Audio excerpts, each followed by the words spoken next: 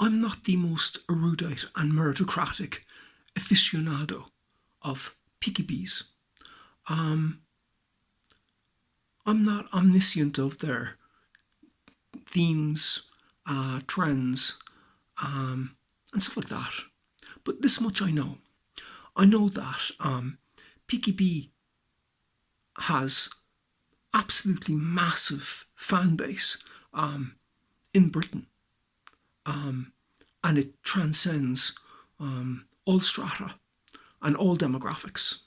And not only that, they're making inroads into Australia, New Zealand, Canada, and America. It's made Cillian Murphy a household name. So even without being a Best Actor Academy Award winner, he'd be incredibly famous and incredibly rich anyway from Peaky Bees.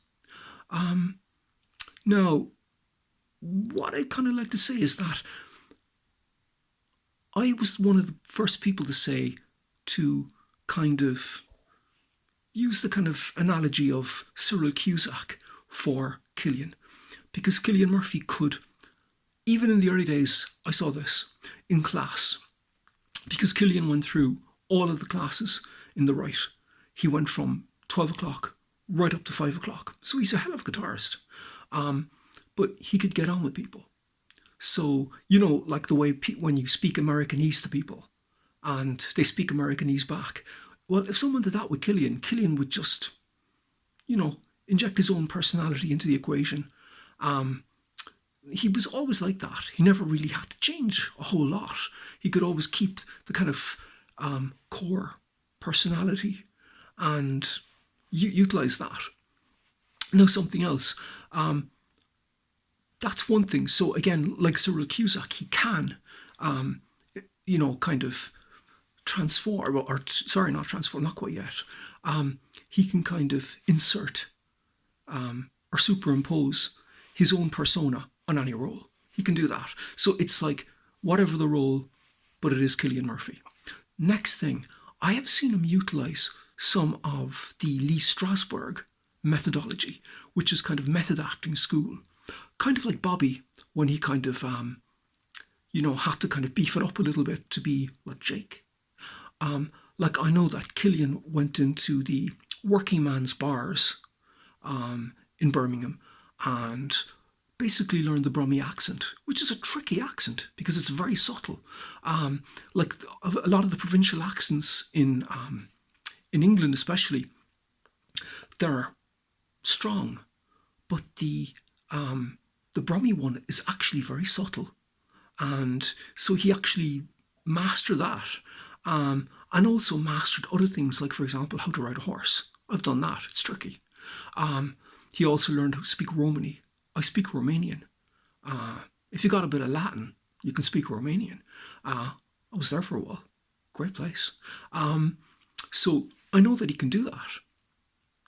So he does have that skill set. Like he's a very fortunate man, or a very, very lucky actor that he has a kind of a dual capacity that he can kind of utilise the Cyril Cusack methodology and the Lee Strasberg school of method acting, where he can kind of absorb the essences of a role and put himself into that. Now, the other thing is part of the lore of Tommy Shelby is like, I am Tommy Shelby. He was supposed to have said that. It's part of the lore. If he did, Cillian, I'm just so proud of you if you said that. And also, like you could say, oh yeah, he doesn't really look like a Tommy Shelby. If you look at him, he actually does. And he can actually, and not only that, it's still Cillian, but it's not the Cillian Murphy I know. And the Cillian Murphy I know is a very, very nice kid, but let me tell you this, he was bigger than me. Because I came back from Los Angeles fairly emaciated, very thin. And even from London, I was still very, very thin. And Cillian wasn't exactly, he wasn't a big guy as such, but he wasn't small either. And I've seen him like, he can kind of transform to fit whatever is need to be whatever character type he needs to work himself into. He can do it and do it quite easily and quite effectively. So,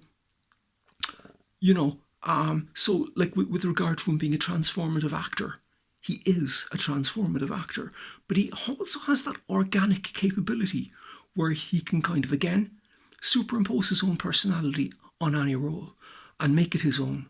And that's some capability. Now, with kind of the new Peaky Blinders film coming up and all that kind of stuff, and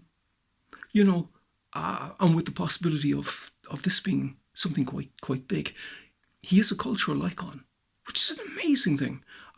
The fact that, like, such a cultural icon, and also affecting fashion, fashion trends, and the actual themes, and the kind of backgrounds, and the cosplay and all that kind of stuff in Peaky Bees is absolutely fantastic.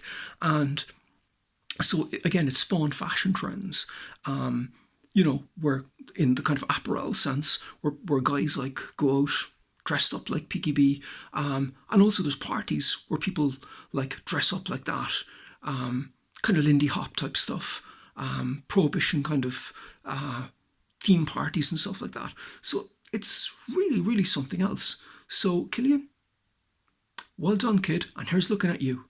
Thank you very much for listening.